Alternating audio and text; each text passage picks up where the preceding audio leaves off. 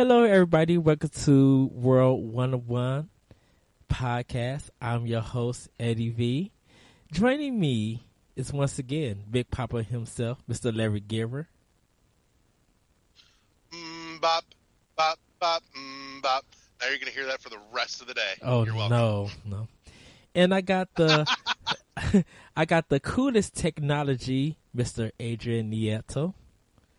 Coolest technology? You sound like a cyborg there. Yeah, because Hello. You're part of the frozen machine. So you got the coolest. So, Fucking what? Skynet's coming to kill us. Oh no. Yeah, I will.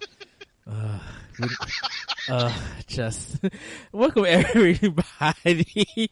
We got a great show for you today. We're going to be talking about reviews, and we're going to be talking about a custom-made gun. But first, we're going to get into our indie watch. Mr. Adrian Nieto, can you tell us what's up?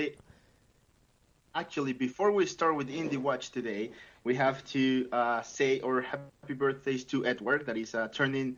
How old are you? Well, no, we're not gonna say that. I'm 36. But he's okay. Well, all right. I'm he's 36 today. So happy birthday! Exactly. So he's 36 today. So a round of applause.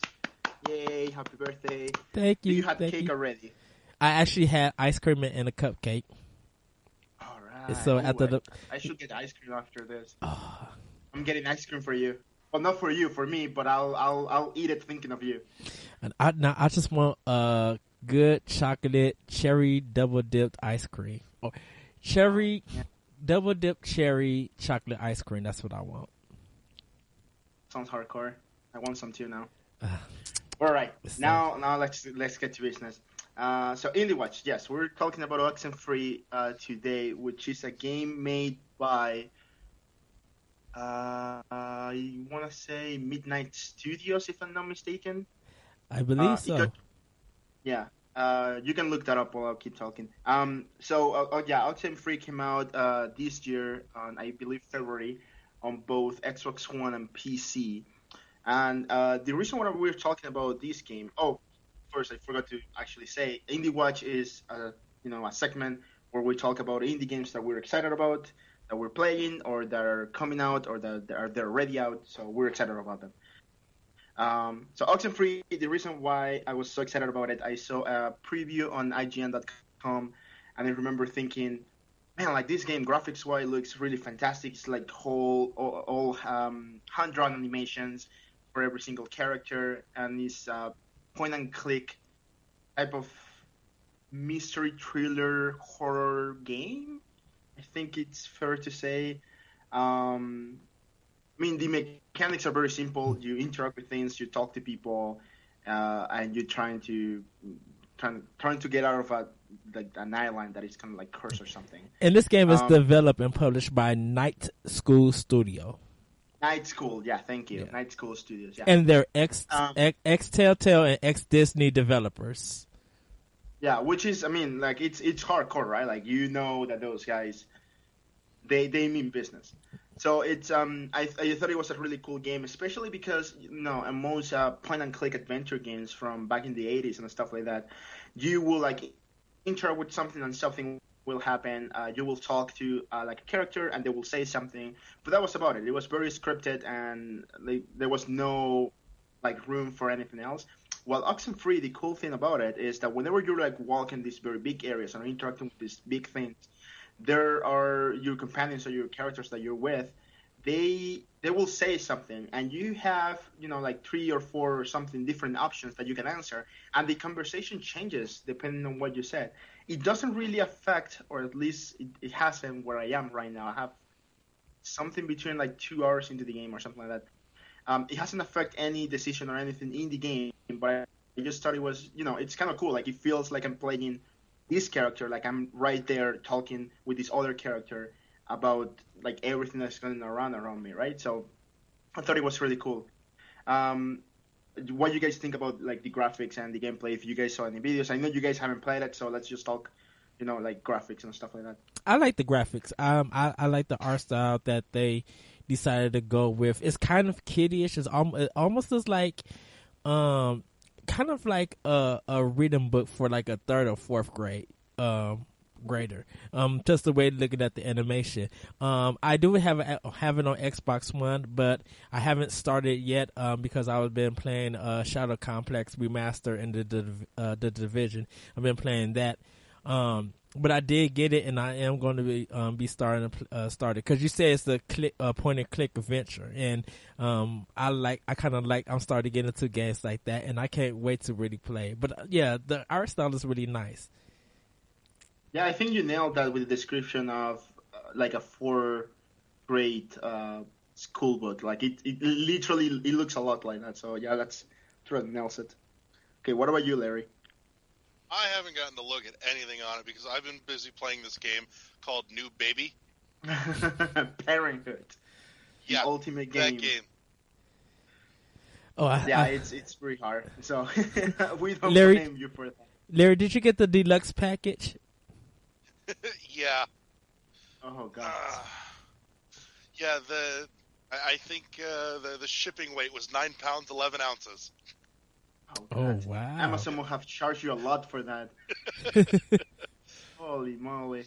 Actually, now it's a good segue. 9 months to get here, slowest fucking shipping ever. Speaking of shipping and stuff like that, I wasn't gonna talk about this, but it's a good segue. The Oxenfree Collector's Edition. I don't know if you guys saw it, but the Collector's Edition for the game was like this mini cooler that had, of course, a digital version of the game with a code that you can get, a map of the entire island where the events of the game take place, a can of beer with like a sleeve or something to keep it cold, a flashlight, and like a couple of pins and stuff like that. And I thought, like, man, that is a really cool collector's edition. It's very unique, very different from anything else that I've seen on other video game developers. Right. So like now that you guys hear this, what do you think about that collector's edition? That's nice. The first thing I think is, really, if I'm going to pay for a collector's edition and I don't get a physical copy of the game, that's bullshit. That shit pisses me off. Well, but it's like the game didn't release on retail, right? So it's only on Xbox Live and Steam. Yeah. So I mean, what else are they gonna do? They can't print just one game. Like, it doesn't work like that, right? Right. Well, if you're releasing it on PC, you could totally print discs.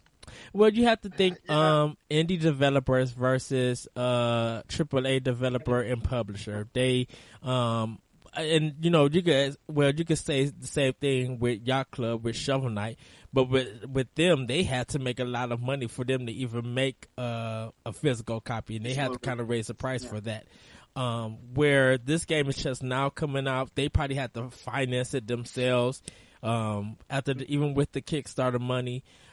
So they probably didn't have enough to do a physical copy. Because if that was going to be the case, I think they probably would have to add more money and ask for more money on Kickstarter to get a physical copy.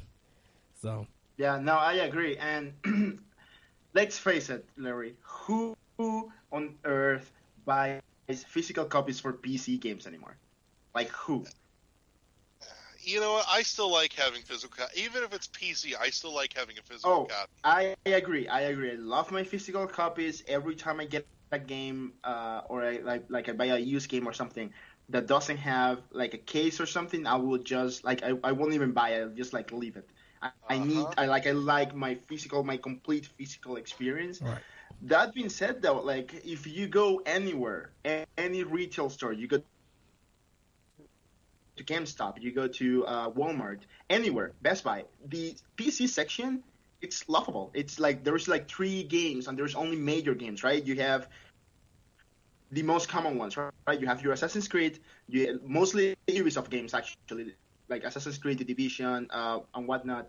You have your Call of Duty, and you may have like a Blizzard game, right? Like a World of Warcraft expansion or something. There's nothing else to it. So, I mean...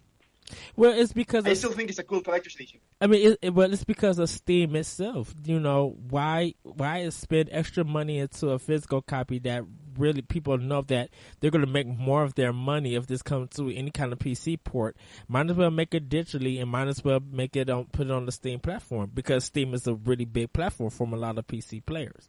So not only are companies saving money, they don't have to worry about the used game market for that matter. Yeah, that's very true. I mean, it will be very bad for a small indie developer group that they print this collector's edition with a physical release of the PC game, and then they have, oh, we only sold like 3. Now we have like 100 and something stuck with us, right? So like it wouldn't be good for their business. So I'm okay with no really. I'm okay with them not releasing a very big physical release. I'm just happy that the collector's edition is so unique. Considering how generic collector's editions are from other games, I think that's cool. Oh yes. Guess what we'll give you? A T-shirt and the soundtrack, and that's it. And this is for $100? Really? No. Yeah, or like you'll have like a weird generic statue, and it's like, well, I don't care about this. Like, I can put more crap on my apartment. Right. But like this collector's edition, right? Like you have a mini cooler. Like I can take that to the beach. Now that I go to the beach, you can drink your beer, and that's cool. You can take your flashlight and use it. I don't know. I think it's really rad. I give them credit for putting something nifty out. Like I said, I'm just, if I'm going to pay that kind of money for something, I still want a physical copy of the actual game itself, even if it's on PC. And yes, I know PC physical copy went out the window as soon as Steam hit the fucking door. Very much, yes. That's not to say that there hasn't been some good things that came about from it, because then, not only do we get Steam, but, even better came along good old games, yay, I love good old games. I really do, because they've got some of my favorite old fucking PC games on there. And I know, it's fantastic. Not only that, too, but unlike Steam, it's DRM free. I can sit there and download as many copies of this game as I want if I really want to be an asshole and just give them out to friends. Like, play this shit here. Well, the thing with DMR free, yeah, you can give it to a friend, but like I would like to believe that whoever you're giving it to, they will like give the game a chance, right? Like they will play and say like, "Hey, this game was actually really good. I'm gonna buy it for myself," and then they'll download their own copy. Yeah, that was Indie Watch. It's almost the equivalent of having a physical copy that I could hand to somebody and say, "Here, try this." Actually, I think Oxenfree is some good old games. If not, I believe you can buy a DMR free version on their website. So. There you go. Yeah, or just buy the Xbox One version if you prefer to play it on console. I don't know if they started their cross remote or cross play with Windows and Xbox One. Like if you buy it on Xbox One, you can play it on your PC. I don't know if they started that yet. But if they did and you could do it, I say, go that route too, if you prefer. Yeah. All right, so we're going to get into our first topic. There was a Texas-based group who custom-made a gun to look like the Nintendo Zapper. And they posted it on Facebook, and it got a lot of, various comments on there. And I'm going to let Larry take over this story and get thoughts from him first. All right. For one, that is a sexy fucking gun, and I want one. Somebody get it for me. I want it. Whoever in the hell did this did a beautiful job just detailing the hell out of it.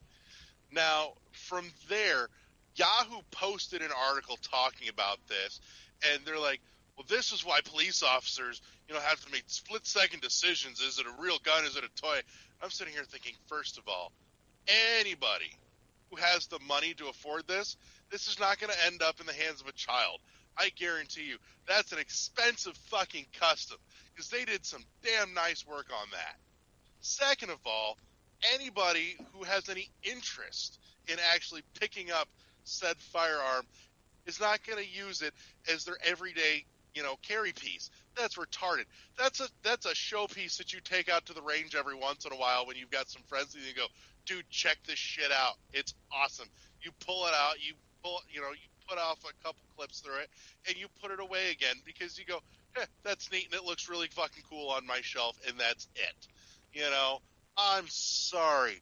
There is no way in hell that the issue of toy guns and real guns looking like fake guns need to come up with this. This is fucking retarded. But that being said, it's really fucking sexy. I want one. Somebody send me that. And this was designed by Precision Syndicate, I think LLC, and they're mostly like a prototype company, and someone there just custom made this. One of the comments that was put on here, as Larry was talking about, cops making decisions. One of the commenters put this, and I'm reading it just like it's read, without really no kind of. Yeah. Worthless craps for making this. Not only would a child have a hard enough time telling the diff if it's real or fake image, all the law enforcement that now might second guess it and lose their life and others around. That's dumb. Yeah, without correct English.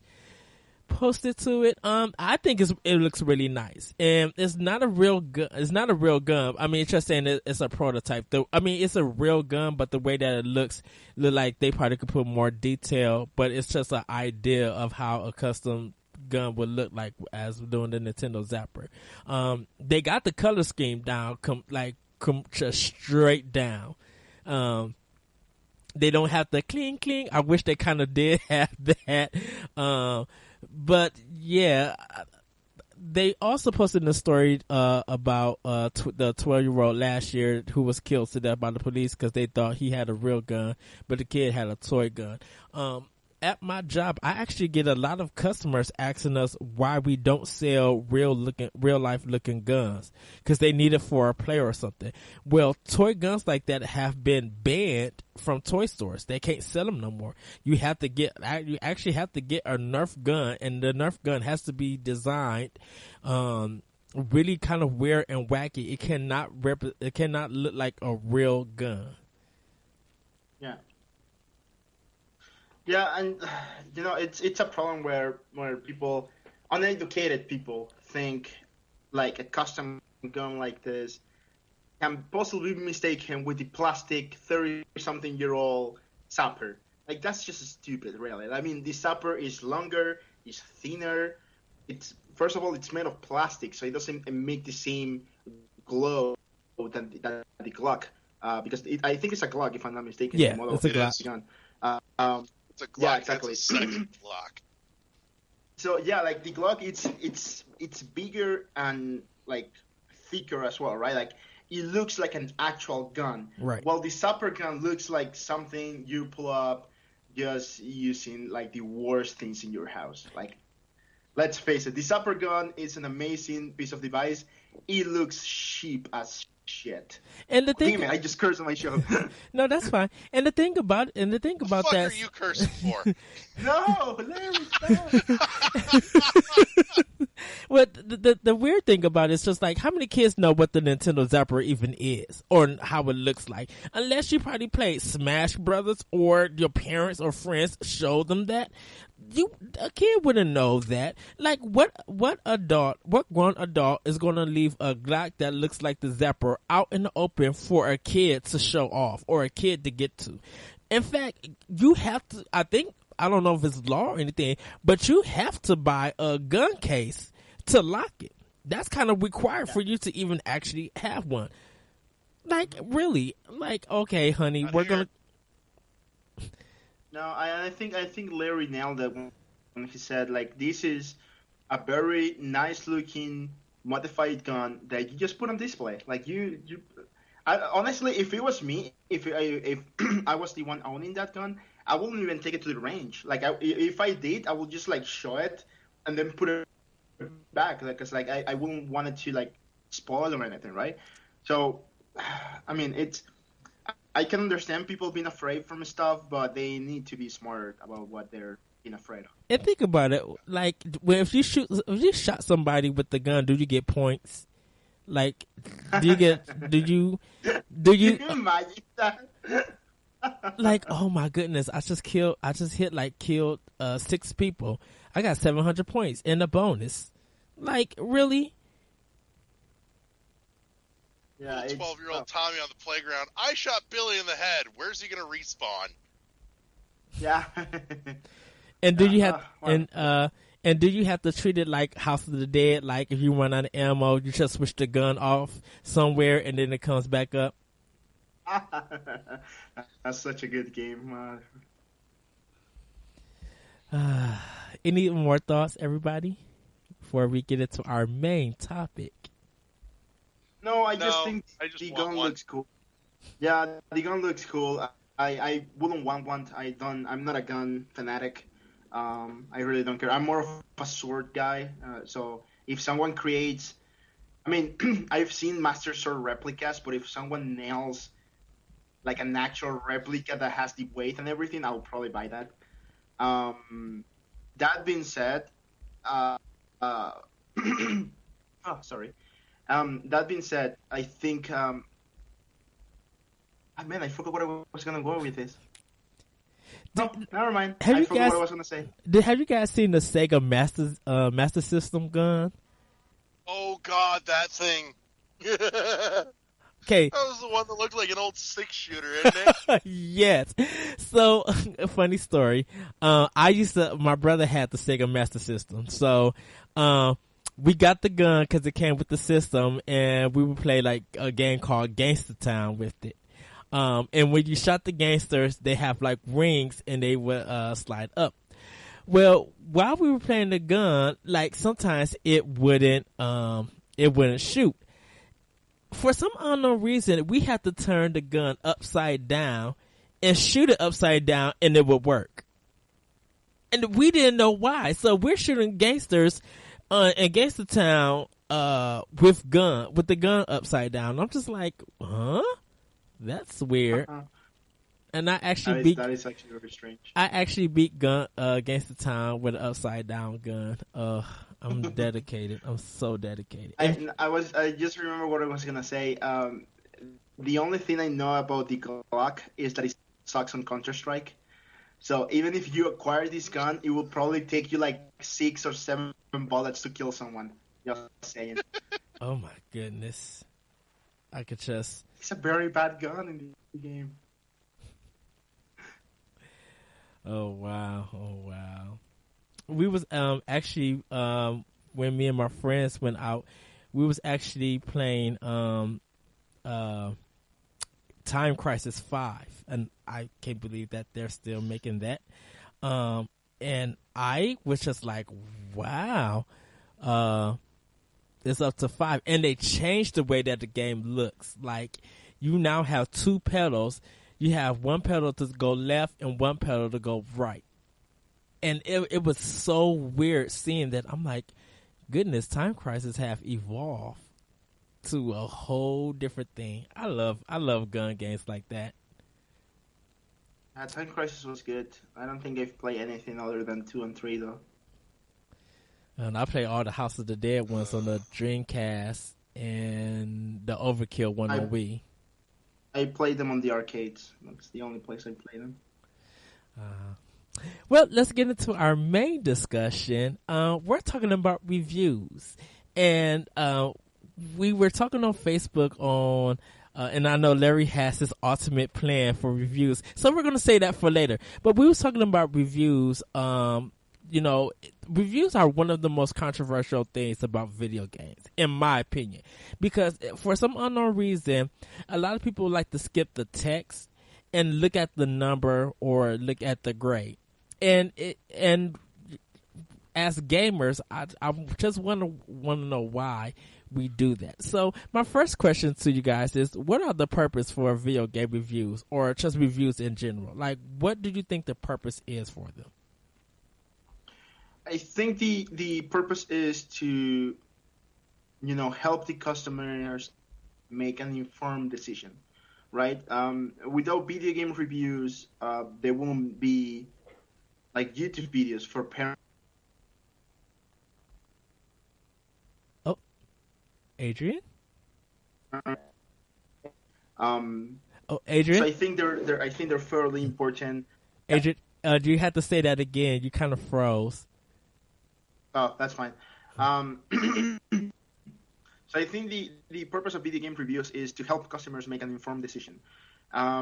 Without video game reviews, there won't be YouTube videos for parents to know if GTA 5 will be, a smart purchase for their 7-year-old son, right? I think they have to be there. Whether or not you agree with them, that's up to you, right? You can still buy the game if you want and make your own decision. But I think they help consumers, not like us, right? Like, we're gamers and we know whether or not that game looks fun, whether or not we want to play the game. But they help, casual gamers or parents and stuff like that to know whether or not that product is appropriate for their children. Yes. What about you, Larry?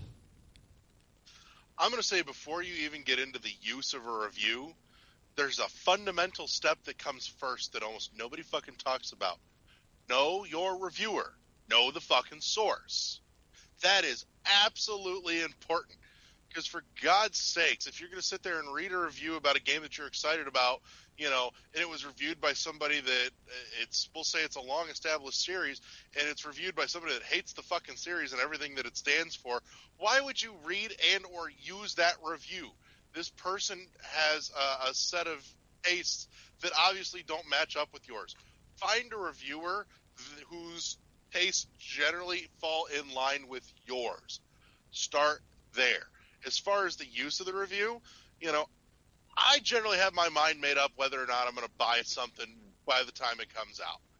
That being said, it's kind of nice to, go through a review and say, and see some things to either A, look out for, some things to get a little extra excited about, now that somebody's played through the final version, and B, it's nice to get a heads up if, I should expect some problems or some issues here or there, instead of being caught off guard going, oh shit, my thing just crashed.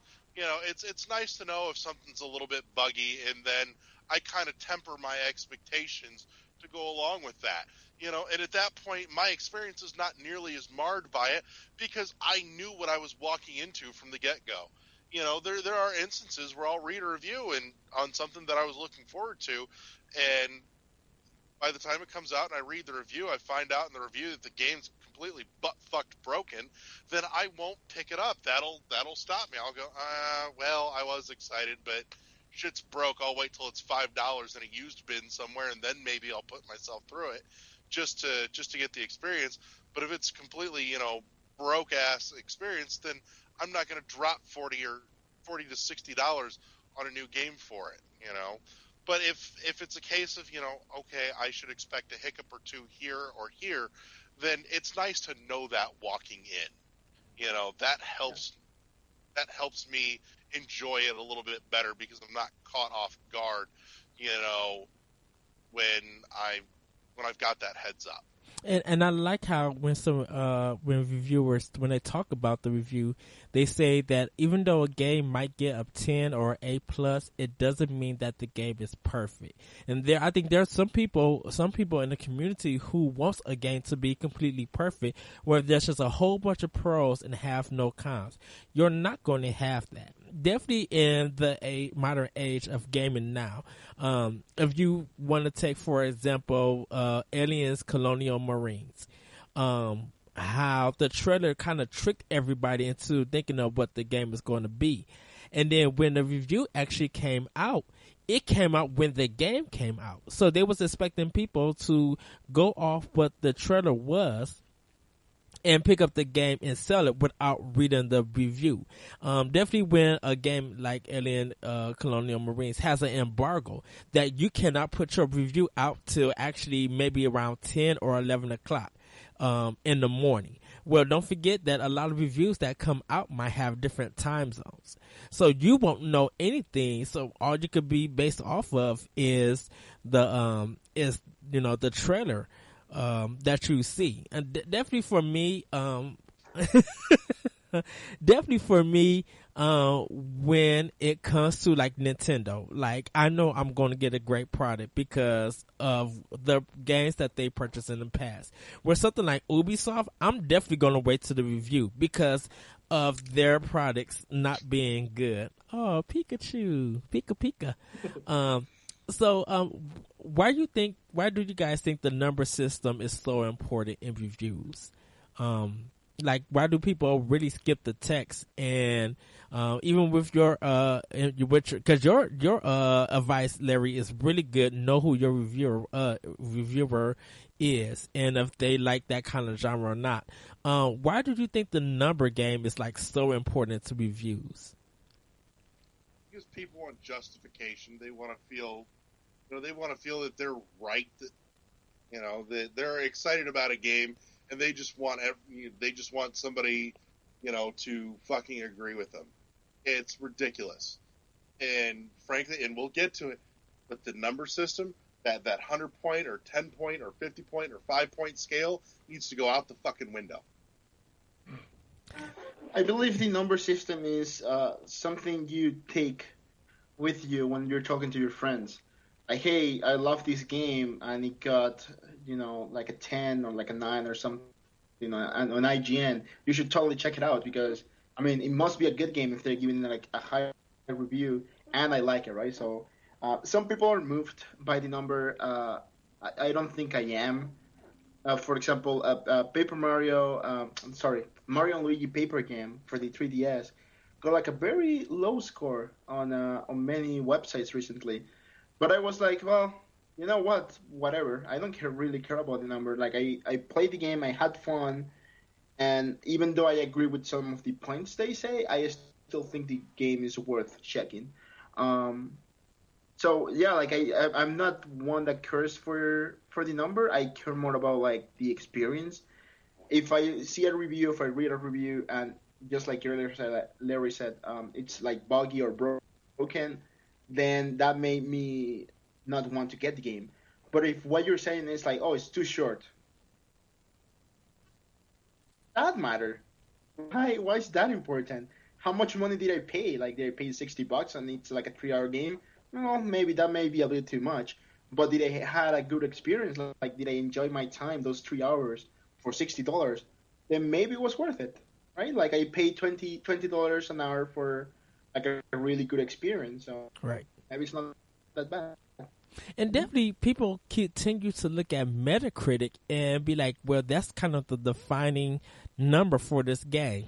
And there could be a really good game that, has a really high Metacritic, but, it might come out and people might not actually really like it, and just be like, how did this game get this high of a score?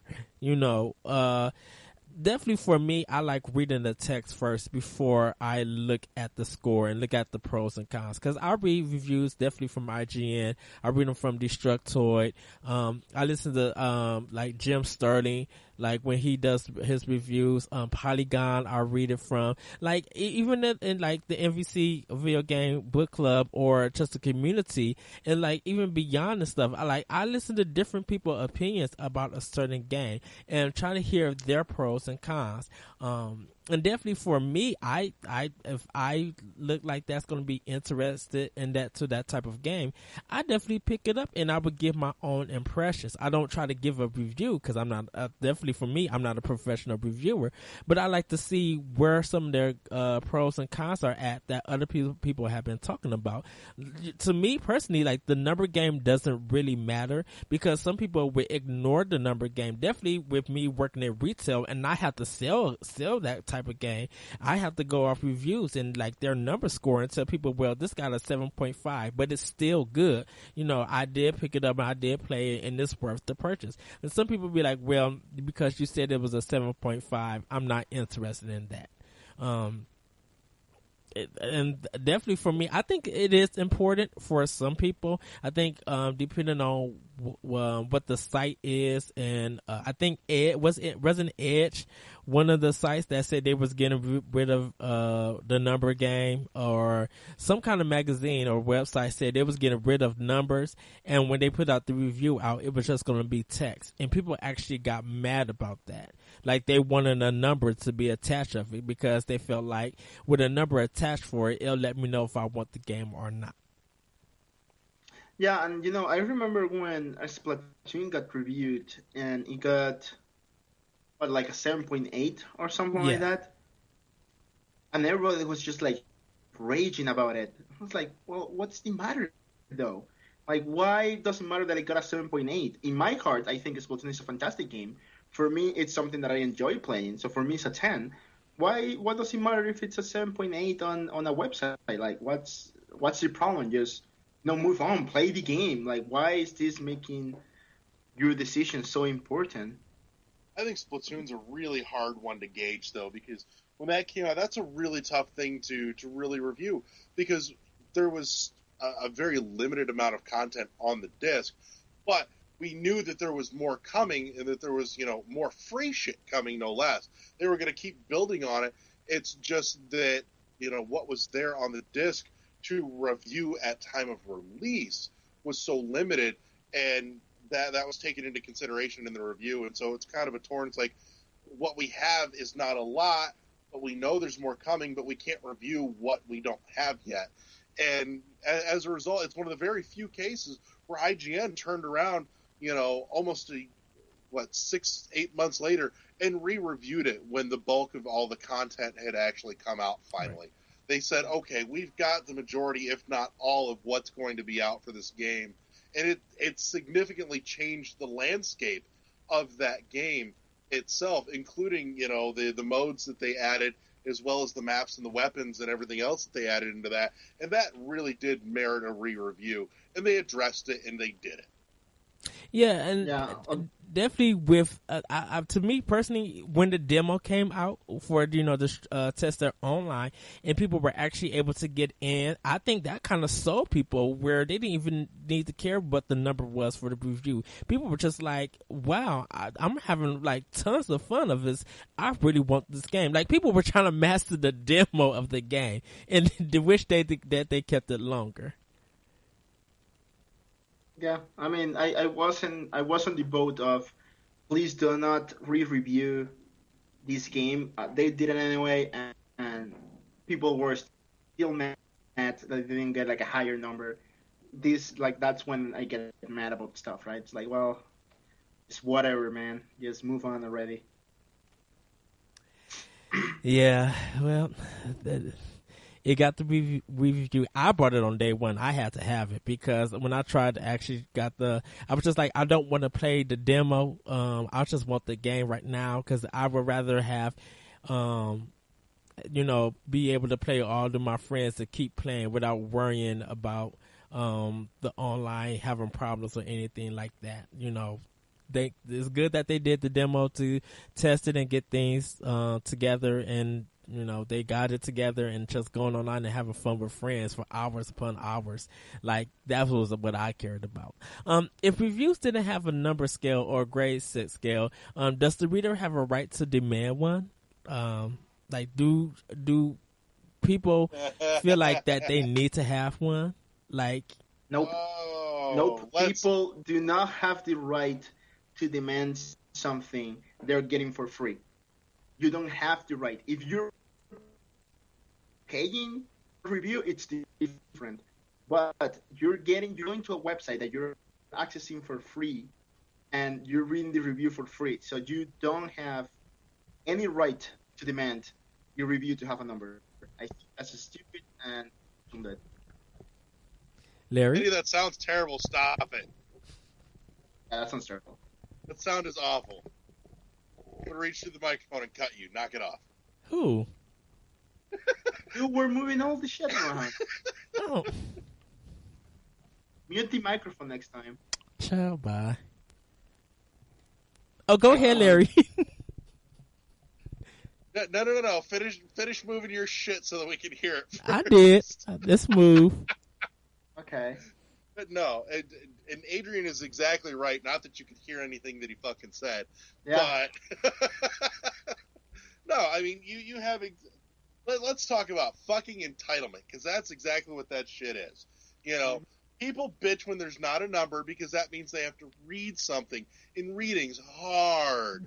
But no, it's fucking entitlement.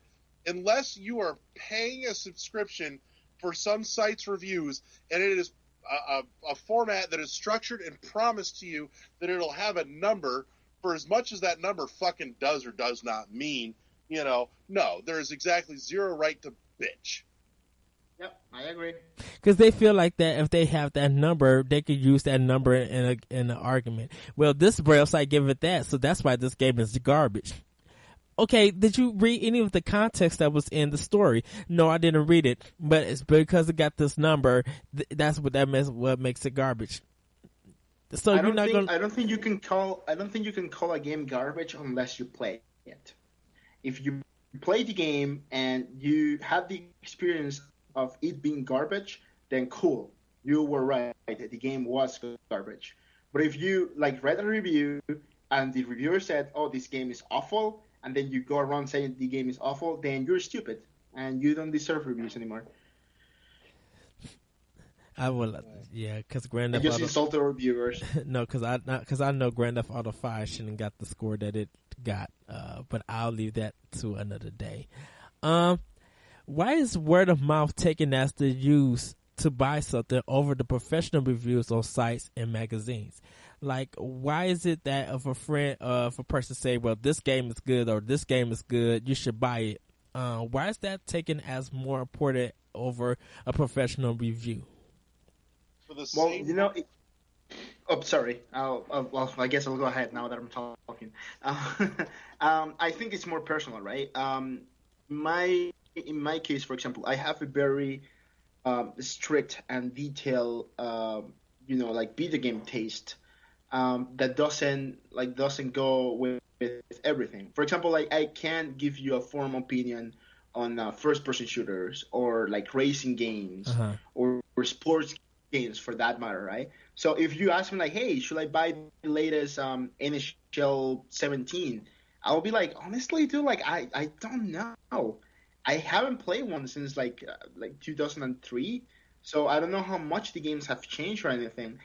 They look kind of identical in my opinion, but you may want to check more out of it before you buy it. But if you come to me and you say hey, Adrian, what about Shovel Knight? Hey, my man, we're gonna talk business now, right? So it's very different, and I have many friends and with very different tastes all over the place, and I trust their judgment sometimes. I normally give them one chance. If you suggest something to me and I like it, then I'll continue liking your taste. But as soon as you suggest something that I didn't enjoy, that's it. You're out of the race.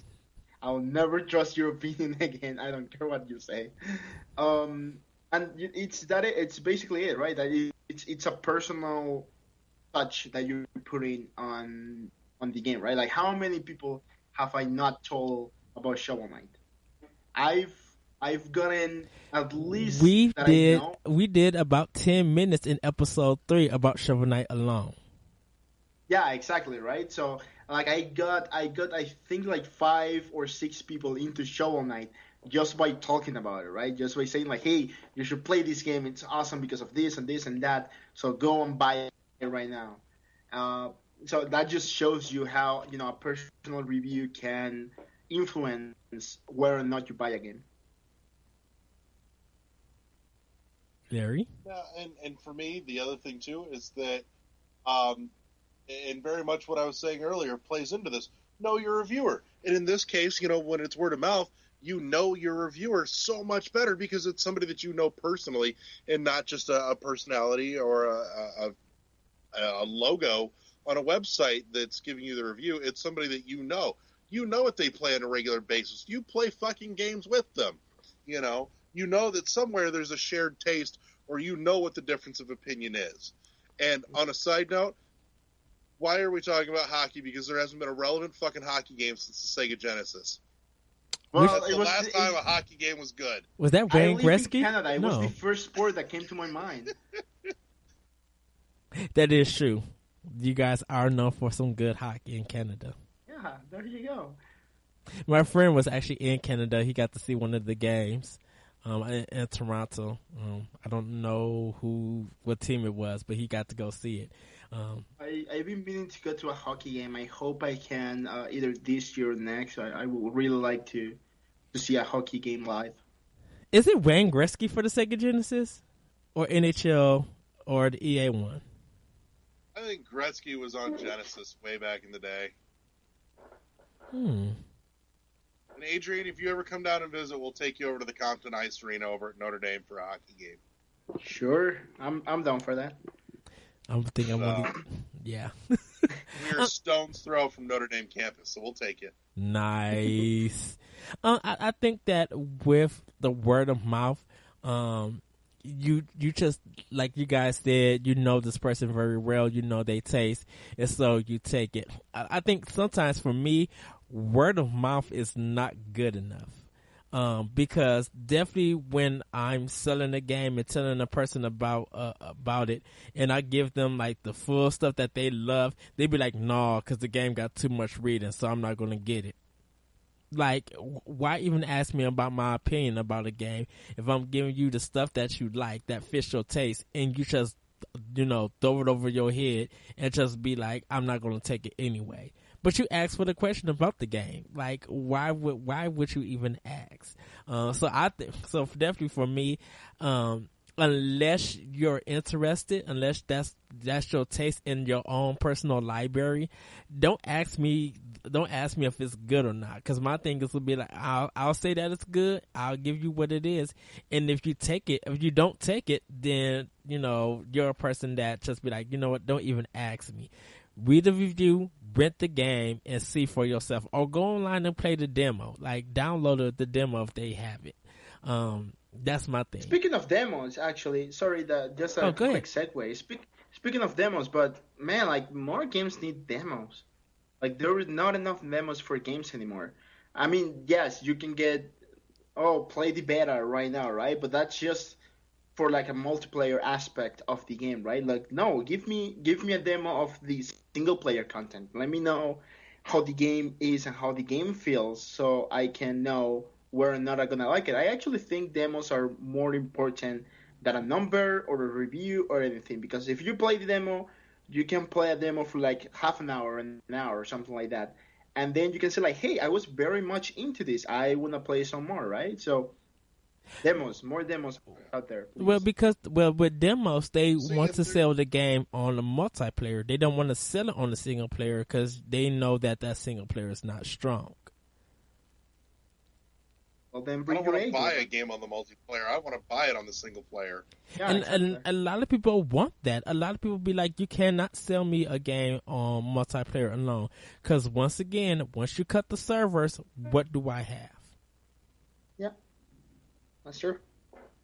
And that gets questionable to me. At least give me 2 levels of a single player game, or even just give me 2 levels that you created with that idea of what the game is going to be about, with its gameplay mechanics. Give me that kind of idea, so I could be like, okay, if you guys are in the right path. If this is going to be in the actual game, in the single player, I'm down for it. I'm cool with that. But if I gotta reserve a game to get a demo, no, that's not about to happen.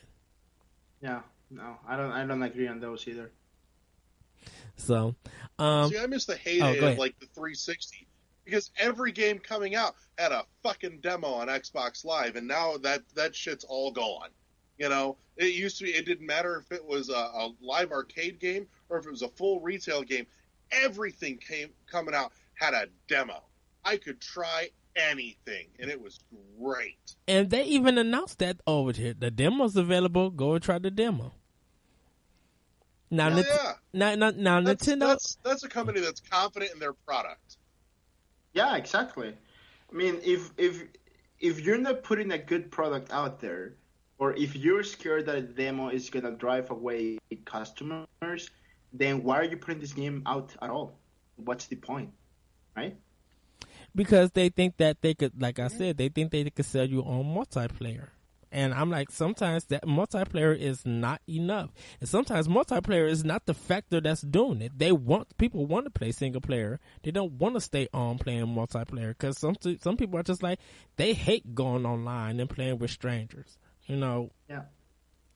And I got a parent once asking about a Splatoon, and like she didn't like that the game is mostly online, and I was like, well, I mean, I'm sorry, but that's the way it is, right? Like you are completely entitled to say I will not buy this game for my son because it's online only. I don't want him to go online. Even though you can't chat or talk with people online on Splatoon, it is still a fair concern, right? That they don't want their parents to go online. So I was like, I mean, I don't know what else to say to you. It's just the way it is. I mean, I do mention that the game does have a single player, but I do mention that it's mostly online multiplayer because that's what the game is kind of sold on. Like 3 minute matches and you're good to go. But if you don't want to do online, there is a single player attached to it. That's really fun and really creative. Your kids would get into it. Like I sell it to them that way. But if most of them, they'd be like, well, what's the hottest game? And I asked them, do you got a PlayStation Network or Xbox Live? No, we don't want to pay for online. Then you're not going to have the hottest game. Yeah. You know? Yeah, and that's true. I mean, do you want a good infrastructure or do you just like if you just want to play a single player game, that's totally fine. There's a ton of single player games out there that you can play. But I do agree, like the industry is mostly moving into a multiplayer, like online environment that I'm not okay with for the most part. But I mean, customers, they vote with their wallets, right? Yeah. If the majority of people say, "Hey, I don't want to play this game because it's mostly online," that's fair. I mean, just don't buy the game. And definitely, if the review is like really focused on the multiplayer and barely on the single player, that becomes a problem. That really does. Yeah, I agree. Because sometimes with the reviews, they be like, well, the online section wasn't really working, so now we have to wait to play the online section before we can even do the review. Well, we got to wait till the game comes out because that's when the servers are going to go live. Yeah. Which is the problem with many online games, right? Like it was a problem with Splatoon. I think it was a problem with like Battlefront and stuff like that. So, I mean, just the way it is. Splatoon, though, at least, even when it went live, right out the gate, there really wasn't a major problem. Once the stress hit the servers, they handled it extremely well. Mm-hmm. Like, it may have taken them forever to finally do, an online, shooter, but when they did it, holy fuck nuts, they nailed it. It wasn't all this day one crashing, everything's broke because we didn't test anything shit. Day one out the gate, their stuff worked the way it was supposed to, as promised.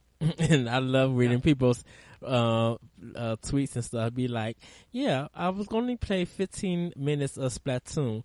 It's 5 o'clock in the morning and I started this game at like 12 p.m. Be like, really? Yes, Splatoon is great. Can a review cause controversy or do the readers community cause it? Like a review that, and we're going to talk about the gem starting and digital homicide controversy. We'll talk a little bit about that. Don't shake your head, Adrian. I'm sorry.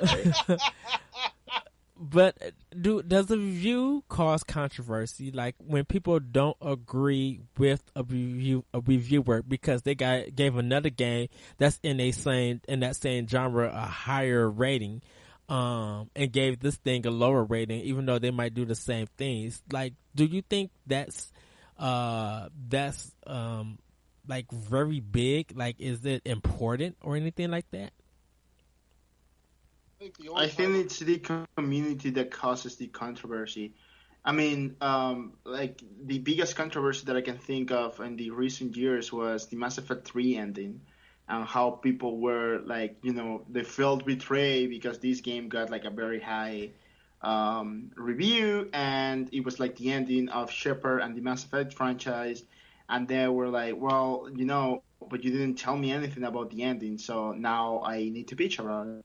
And I'm going to follow you. I'm going to follow you up with a different game when you get done, Adrian, or after you and Larry get done. Well, it was just it, right? Like it was. I remember that, and I remember a lot of people talking about it, and it was like, you know what? I haven't gotten to the end of Mass Effect 3, so I'm not gonna see anything about it. And I finished the game, and I remember when I finished Mass Effect 3, it was 4 in the morning. sun was rising here. It was, like a warm summer day. And I remember, like, I had my window open and everything, and I finished the game, and I was just, like, sitting there on my chair, like, holy moly, like, what on earth did just happen? And I remember, like, I had to lay down and I just really think what the events of the game, right? And then I went online and started reading the controversy, and I was like, really? You just, can't believe people are looking for a reason to complain about this game. And I was like, this is a case where the community creates the controversy. It has nothing to do with the review. And I just moved on after that. Larry? I think the only time a review causes controversy is if that review was bought and paid for by the publisher and or developer. Oh, we're going. Point, yes, you have every right to stir up some controversy about that. Any other controversy, that shit all comes from the readership, the viewership, the listenership, wherever you're getting your reviews.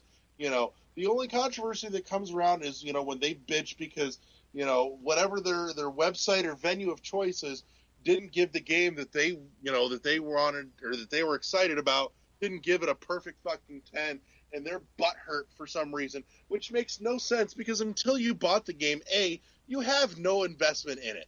Why are you fucking crying about it? For all, if nothing else, be thankful, because if it was a terrible fucking game and it got reviewed bad, somebody just saved you $60. Say thank you. Don't whine. Mm-hmm. Because we're going to say Cain and Abel too. We're going to get into that game too. Metroid Other M and Bayonetta 2, two big controversies. And with Metroid Other M, it wasn't so much about the story. It was much about one of the reviewers that was on Adam Sessler's show on G4 was doing a review about Metroid Other M and kept talking about Samus and having these feminine emotions and stuff, and how she's supposed to be a cool bounty hunter and stuff like that. And the reviewer focused so much on that, they didn't focus on graphics, gameplay, in other aspects of what makes the game, a Metroid game. They didn't focus on about that. They focused more on about Samus and her emotions and stuff. And a lot of YouTubers were really upset about that because they felt like you focus more on this and didn't tell us nothing about the game. So you gave it a low rating based on some emotions and what you think what Samus is, compared to we want to know about gameplay, we want to know about graphics. And like you can find videos of it on YouTube, and people were really upset with this reviewer who was also a female. And a lot of people just blame that. They think that she didn't even play the game. They believe that there was a person who wrote a review and had her read it. Compared to something like Bayonetta 2, where they was focusing more about Bayonetta being sexist, or the game focusing more on her sexuality instead of the graphics and gameplay and stuff. And people were complaining about how it's detrimental to women and stuff like this, and it was just like, it's not detrimental to women. It kind of got weird because no one said about anything about Bayonetta when it first came out. If you want any controversy about the first game, it ran worse on PS3 and fine on Xbox 360. So why now that the game came out on Wii U, Bayonetta 2, you focusing more on her movements and thinking it's too sexual? And you think that the review should be about other things else? Because there's a lot of reviewers, definitely Polygon, people were really mad about that one, that they focus more about Bayonetta being too over sexualized instead of focusing on the game itself, like the graphics, gameplay, story, the comedy, like different things, where I believe like IGN gave it a fair score, and which is and focus more on the gameplay and the graphics and things like that, and like kind of like the total package and stuff. And I respect both reviewers. I have no problem with the reviewers, but the controversy of that was focusing on things things that really didn't matter. Like, no one was really trying to talk about it, but it got brought up and it forced people to talk about it. I've been shown something, and I can't say what it is. This mic, and I'm going to cut you, Adrian. I'm not going to say. Sorry. I was shown something. Where we were shown something, and we cannot talk about it. We're under a fake embargo, so we're not going to say anything about it. No. You and I aren't under any embargo. That's just me. Well, I'm trusting you guys. So we're not going to say. That was your mistake. we're not going to say anything what we saw. You just have to wait. Cool. But like, I have 0 words to say about anything. I will guard your secret with my life. I'm going trying to get back on topic. But like, that was kind of the big controversy. Now, Larry, you mentioned about developers paying for a good review, and that kind of happened like to some of the YouTube bloggers that they was paying them, and stories even came out. They were just like, if you give us a good review about this game, not only do you get the game for free, but we will pay you something. And the game, people just made so much good, reviews about it. Then a certain game came out and it was garbage or it was average. Like, people were just like, why would you as a developer or a publisher do that? I honestly, I don't know. I know why they do it, because they want to move copies. They figure if they can flood the market with good reviews, then they'll move copies. It's a sales tactic. It's a shitty one. It's a real shitty one, but it's a sales tactic. That's marketing after all. And what do you guys think about when publishers invite people to come to their company to review the game? I think great. Let them go. If you want to fly my ass out somewhere to come take a look at your game and review it, then fine. But know that I'm not going to, I won't put together any kind of review on anything unless I've actually, had a chance to sit down and play it all the way through. The conditions in which I play the game in may have a minimal impact, but if any, but again, if there's any impact, it's minimal. If I'm going to review a game, which I'm not one to do, I look at a game and go, okay, I had fun, but what makes my opinion any more valid than anybody else's? But that's just me. I know I have weird, obscure taste in games, so I don't do that. But, if I was to look at it, it would be a case of what experience did I have with the game, not anything surrounding it. Did you guys, I don't know if you heard the controversy, and this one doesn't have to be a review. It was a Guitar Hero preview that some guy was writing for Polygon, and he talked about how uninterested he was into the game. He was just really there for the drinks. And when he got a chance, he actually went to go talk to the developers and just ask them questions and leave. Like, he didn't really play the game. I don't know if the story was like a fake story or anything, but it really gained some controversy right there. Just like, why would you send a person who's not into musical games like that and was just there for drinks, and why would you allow him to publish? Why would you, as a website, allow you to publish something like that? That was their bad call as a website, and managing their writing staff. That was their stupid call. I won't fault the guy if the boss says, "Hey, go do this thing," and you just look at it and go, I have exactly zero interest in this, but sure, there's booze. Fuck it.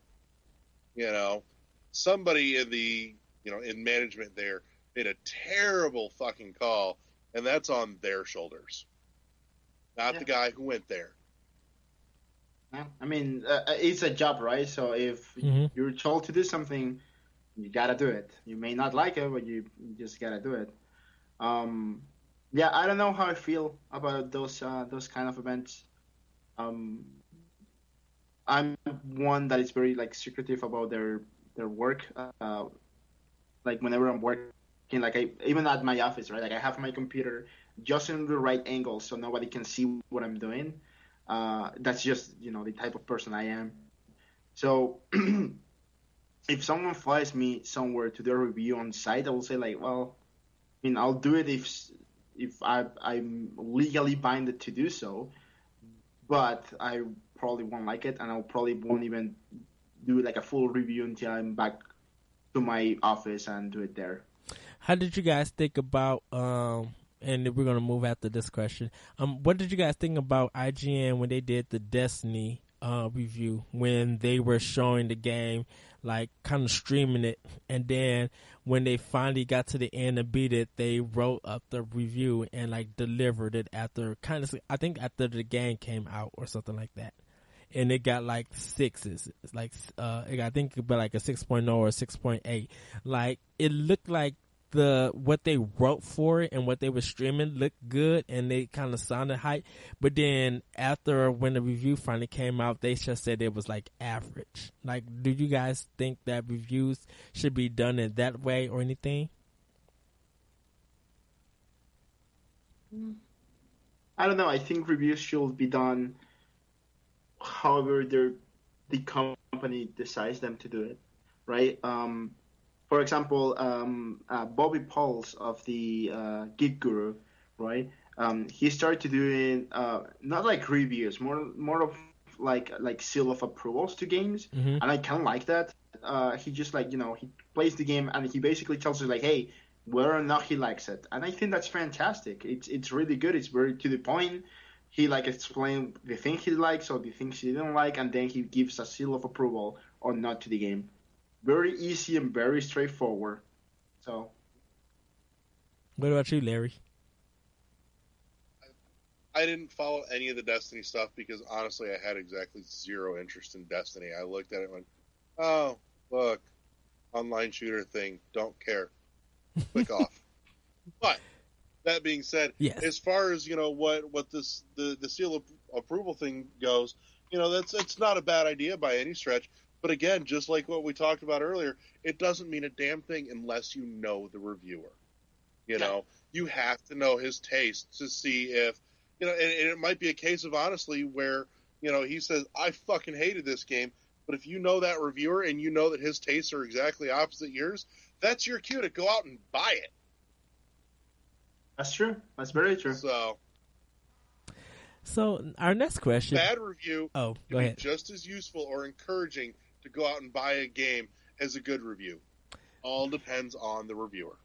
And sometimes you have to play bad games in order to form like different opinions about or like other things, right? Like one of the things I was taught on my early game design classes was like, hey, don't always play games you think they're good. Like get out of your comfort zone. Play different genres that you don't usually play. Play bad games too.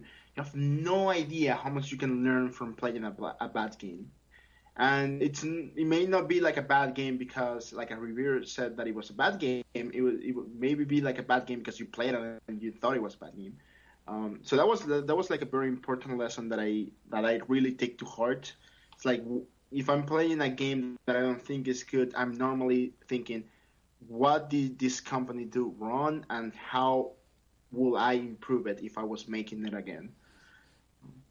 Because people was just like avoid Ride to Hell, but play it because of how bad that game is, and I'm just like, I'm not going to try that game.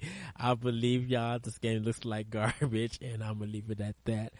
Moving on though, developers and publishers have been unfair to those who have given a game that is sold to bad reviews for that product. Why is that? Should developers learn from criticism or wait to do a survey when the next game comes out? So basically that they've been unfair to reviewers who gave their game a bad score. Even though the game is being sold, some publishers and developers have put like a DMCA or a copyright infringement. And this is going to kind of tie in with the Jim Sterling part when we get to that question. Like, why is it unfair that companies might do that to a reviewer? Definitely with the YouTube bloggers. Like, should they be able to take the criticism that a review gets? Or, should they just wait that a survey comes out for the next game and just be like, what did you guys like and what you guys didn't like? I mean, I don't even know how to answer that question properly. It's kind of like a big, like very generic, big question. I think if developers are being, kind of salty about a review they got, the only thing they have to do is the same thing you have to do in Dark Souls, is just get good, make a better game next time, try again. That's it. Well, don't blame the reviewer, blame yourself for putting out a bad game. Like, if you look at the Jeff Gershman and his thing with Cain and Abel 2, how he gave it a bad game, and they didn't really like that, and so they kind of I don't know. They said that because of that game he got fired, but I think it was other things like that. And there's stories out about that. Like, the company who published it made a big deal that it got a bad review, and there's some companies who where they blacklisted people because they gave bad reviews to their games. And there's been some companies who put advertisement because they kept getting bad reviews. Like, they were acting childish to reviewers, and to other websites, because they got bad reviews for their games. Well, and you know what? That's on them for being butthurt. But you put a product out into the world, and at that point, it is fair game. It is open season. You can be butthurt all you want about it, but at some point, you're going to have to own up to, if you put out a pile of shit, you're going to have to own up to it and go, yeah, that was my mess. I made it, and you bought it. But, as far as blacklisting or blackballing people for reviewing it, that's their prerogative. That's fine. But it's not going to stop anybody from, reviewing their future endeavors. Okay, you're not going to send me a copy. Whoop-de-doo. Either I'll game fly it or I'll go out and buy it, but it's not going to stop me from getting my hands on it and reviewing it.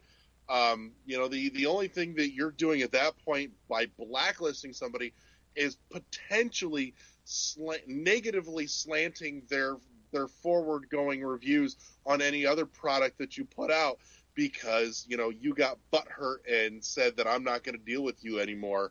That's the only thing. But any reviewer worth their salt at that point would still be able to keep some semblance of objectivity in that issue and review the product by itself without figuring in any hurt feelings about what the publisher or the developer did or didn't do for them after they reviewed a product poorly the last go round. Yeah, I agree 100% with that. Definitely.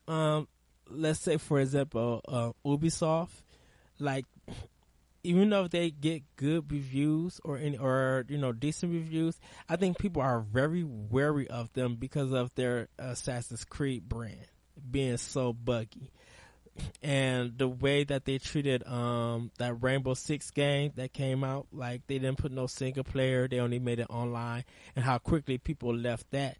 Like Ubisoft is one of the companies that a lot of people, like, they wait till reviews now come out. Where someone like Gearbox, definitely with Randy Pitchford, people being mad at him still because of the Sega Colonial Marines situation. Like, people are kind of now worried about Randy Pitchford even touching games that Gearbox released. Like, they love Borderlands, but now because of they find out that Randy Pitchford touches it, they're going to be very cautious of playing it because of all the controversy that's surrounded with it. Definitely with the reviews being so bad for the game. You know. So our last. I personally go ahead. Sorry, I just one last thing before we move on. For the most part, I personally try to avoid any sort of controversy. I don't have time to care, honestly. I mean, there's way bigger things out there in the world that, hey, this guy cannot touch these games from this company because the company doesn't want him to. While there is like people dying all over the world, so so I think like I stay away from like trivial things like that, and I do what I like to do. I enjoy my games and I play and buy my games. That's about it. I think with the Alien Colonial Marines thing, though, it's just like they didn't let nobody play that game, and they lied to people with that trailer. I know Jim Sterling was just like they're still showing that trailer on Steam. Like if you still want to buy that game on Steam, and you want to look on how the game is supposed to look, they would throw that trailer. They don't got no original gameplay trailers unless you go on YouTube and see actual people playing the game. Mm-hmm. You know. So our last question. Jim Sterling and other YouTube bloggers get DMCA on their channels from developers. Seems to be a rising problem. Since Sterling is being sued by Digital Homicide, can the outcome change reviews? And these are early access games, Steam Greenlight games. And Jim Sterling, he does play some good ones and he does play some bad ones, and he gives his critique.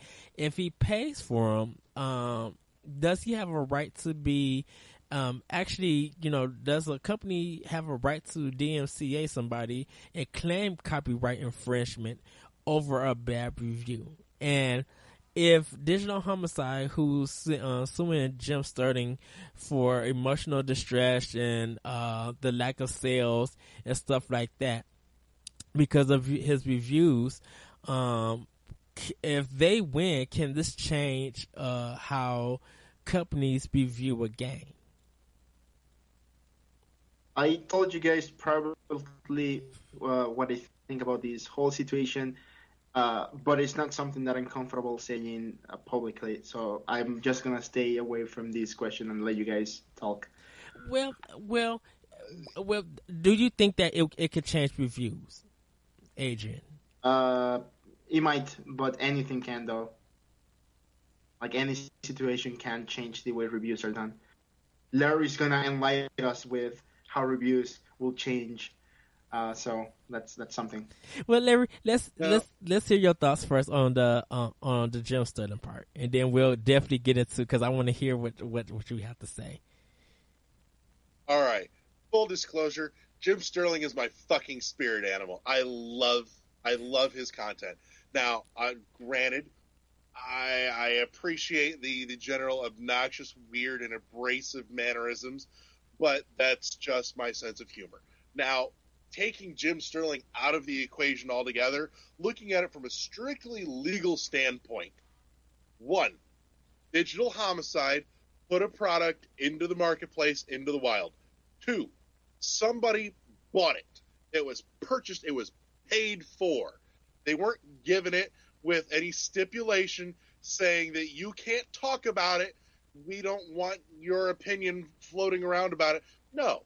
You know what? It's like anything else on the internet or anywhere else. If I bought a product and I want to talk about it and tell somebody I think it's great or it's a piece of crap, that's my prerogative. Free speech. Your product needs to fucking stand the test. Otherwise, it shouldn't be out there, and that's on you.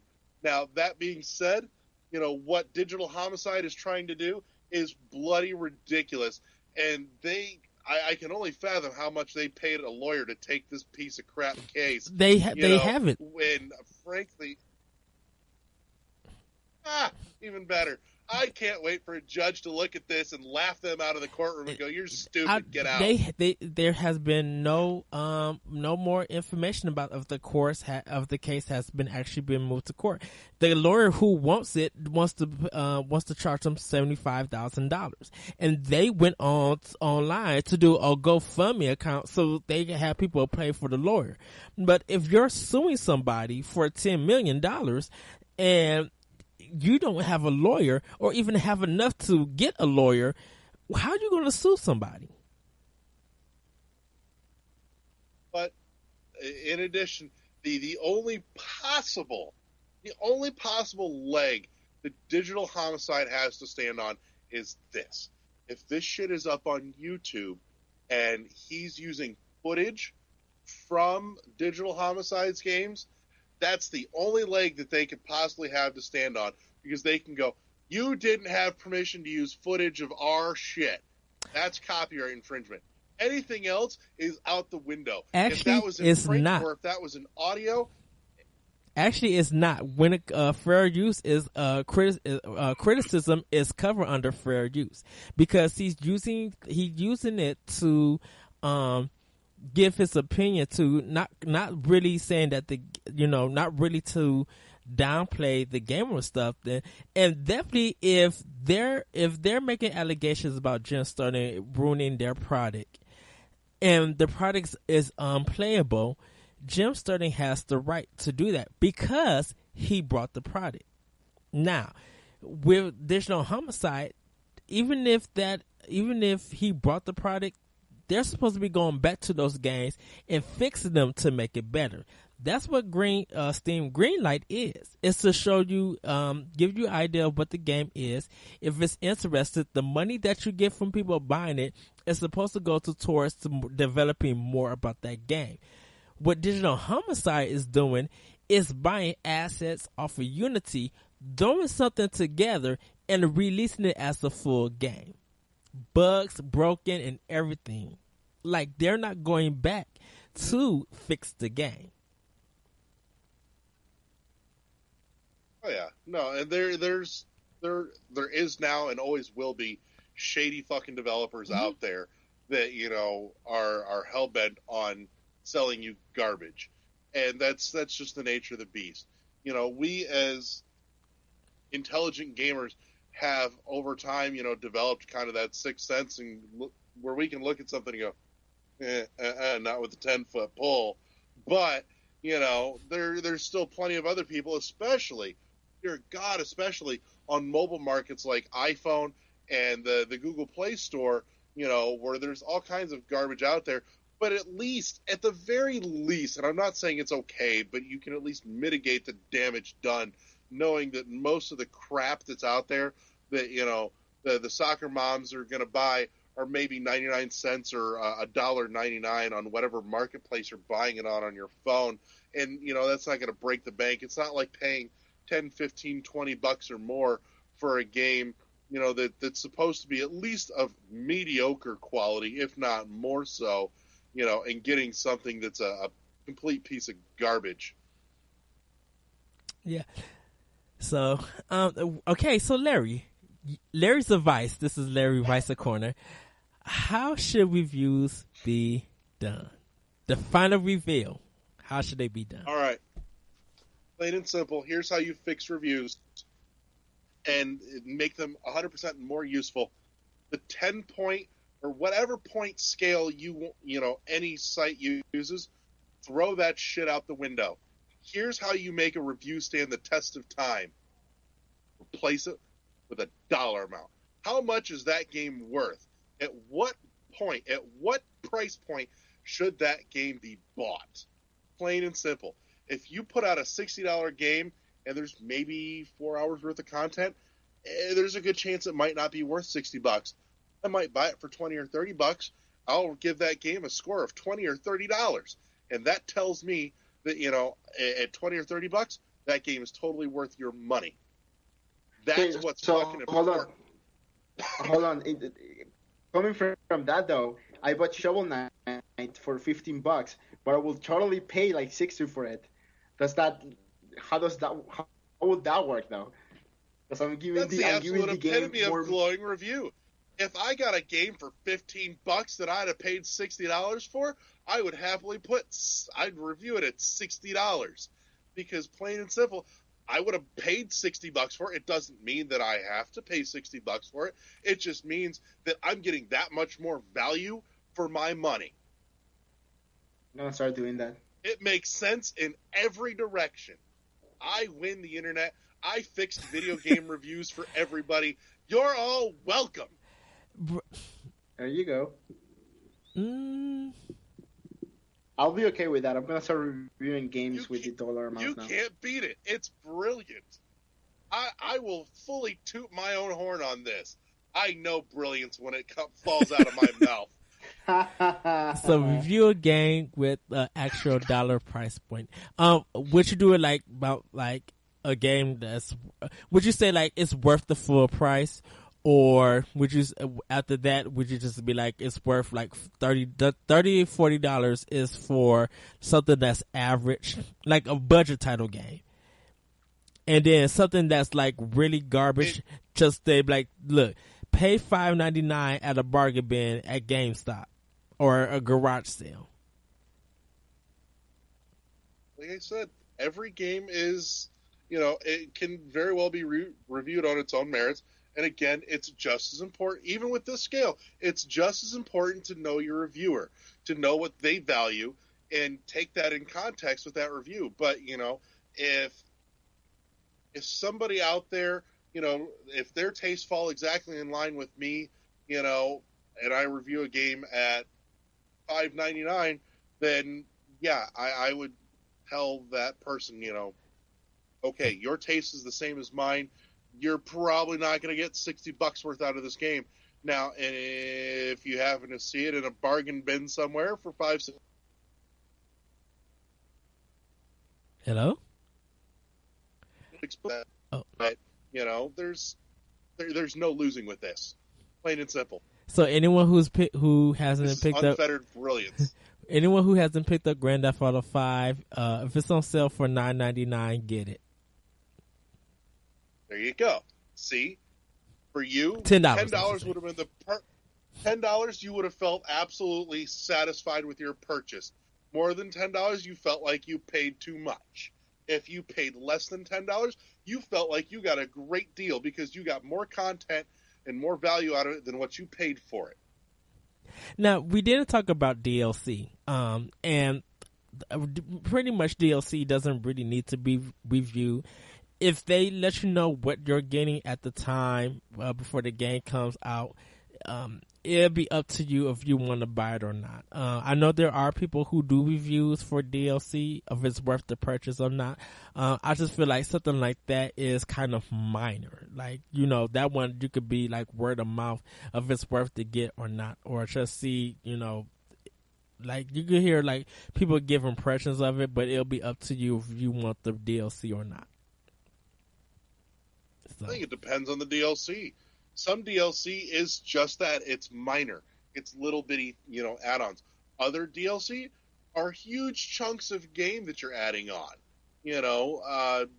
Throw back to Borderlands. DLC that came out for Borderlands was each piece of DLC was a good sizable chunk of game. Yeah. There was good value add there, and at that point you've got a couple of options. You can either at that point revisit the final review score of, we'll say Borderlands came out at $60, and we'll say that adding in the DLC, did it add the $10 or $15 worth of value to that game? If so, yes, you add that into the score, or you can review the DLC independently and say, yes, this DLC is worth $15. If you catch it on a deal, on an online sale, for $10, then, that's where it's worth it. Yeah. Or, yes, I got so much content out of this, I totally would have paid $20 for this. I know with Shovel Knight I had to have that $15.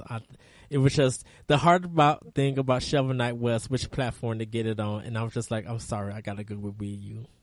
Like you have to get on everything. That's the point. Well, I got the physical cartridge on 3DS, and no. and I have it on there and on Wii U. And if I ever get a PS4, I'll probably get it on PS4 as well. Don't get it on PS4. No. But I want to play that Kratos mission. It's nothing. To watch a video. So that's it for the show. Larry, do you have anything to plug? No, just your birthday, Chocolate Thunder. We just want to say happy birthday to you. Oh, thank you. Chocolate Thunder. That's how I'm gonna start calling Edward from now on. Chocolate Thunder. Eddie V's out the window. Chocolate Thunder's in the house. Hello, everybody. Welcome to World 1-1 Podcast. I'm your host, Chocolate Thunder. Oh, it sounds like a stripper name. Oh my God, my lag got so bad it just reverted to the beginning of the show somehow. What about Hot Fudge? Can we call you Hot Fudge instead? Hot Fudge. Oh no, that's a stripper name, Hot Fudge. Chocolate Thunder is a stripper name.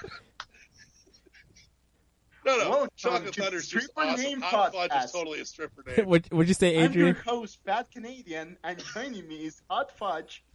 I don't have one for you, Larry. Sorry. I call him Big Red. There you go, Big Red. There you go. Big Red. Adrian, did you? Oh my goodness, the show. Adrian, did you have anything to plug? Yeah, just go to thefirstmachine.com. Check out the trailer for Tuna Cycle. We're working really hard on it. We just got a milestone a couple days ago, so that made me very excited. Basically, world high scores are done. I made them. They work, so you can submit your high score online and check it out to see where you stand on the top 48. That was really cool. It was a really good feeling when that came together nicely. We're working very hard on that. It's gonna come out soon. I don't have a date yet, but it's coming. Yay! So yeah, go to thefirstmachine.com. Follow us on Twitter, Instagram, Facebook, Tumblr, YouTube, anywhere really. And yeah, just follow me. I'm Bojox. That's BOJOXC on Twitter. And yeah, if you want to talk, just hit me there. Is that all? Well, okay. We'll also go to the Facebook and check out the MVC Video Game Book Club, where we play Nintendo games for a month and then get together to talk about them. Of course, check my YouTube channel where those discussions are held. I'm working really hard on publishing all the episodes on iTunes. So hopefully that'll be coming soon. I'm looking just for a good service where to host it somewhere. So yeah, check that out. This month's game? We're playing Donkey Kong Country on Super Nintendo right now. I remember how much I like the music on that game. Yeah, the music is really good. I a couple days ago I played through the first aquatic level and I was like, oh man, like this game is so good in the music department. It's just a fantastic experience. So yeah, if you want to join, just Facebook that. You can find it there, and you can join and play Donkey Kong with us. Now that it's on the new Nintendo 3DS system, you can have it on the go, play wherever you are, or buy it on your Wii U or your Wii, or play on your Super Nintendo if you still have your copy, whatever. And if we want to hear more what you guys think about reviews, you can email the show at world11podcast@gmail.com. That's WORLD 11 podcast@gmail.com. For my plugs, I host another show called Optional Opinion that you guys can check out on SoundCloud and at the Anomalous Radio Network. Join us on the MVC Video Game Book Club. Just check up our past discussions on YouTube. I also do another show called the Deluded Geeks podcast at the Anomalous Radio Network, where I also co-host with some other guys, where we talk about movies, video games, comics, TV, just all things that's geeky and nerdy. So you guys can check that out. This month for my Optional Opinion feature, I'm doing a feature called, well, it ain't Mario, where I'm talking about B platforms, I am talking about Bubsy, but I'm not doing the hour show. The Legend of Zelda. I love Link. Yay. The rumors and stuff. I just want the reveal. I don't care about all the rumors for the Zelda U thing. That'll be a discussion for another day. But I'm doing that coming at the end of this month. Oh, Pikachu, Pika. Can I tell you, I was thinking about Pikachu like in a nightcap and some pajamas, and it was just like, I kind of want a plushie with that. Like Pikachu with a long nightcap hat. Like, I'm so nerdy. I don't know why. That's just That's me. fine, dude. But yeah, I'm talking about B-rated platforms like Punky Skunk, me, Tony, and Larry. Tony, who was our West Coast correspondent, he couldn't make it. We got talking about old PlayStation 1 games, like very obscure and rare PlayStation 1 games. So if you guys know any, email us at world11podcast@gmail.com and talk and tell us about it. And like give us a list of what you guys think also. But that is the show. Until next time, we will see you guys later. Bye. Bye. Peace. Peace.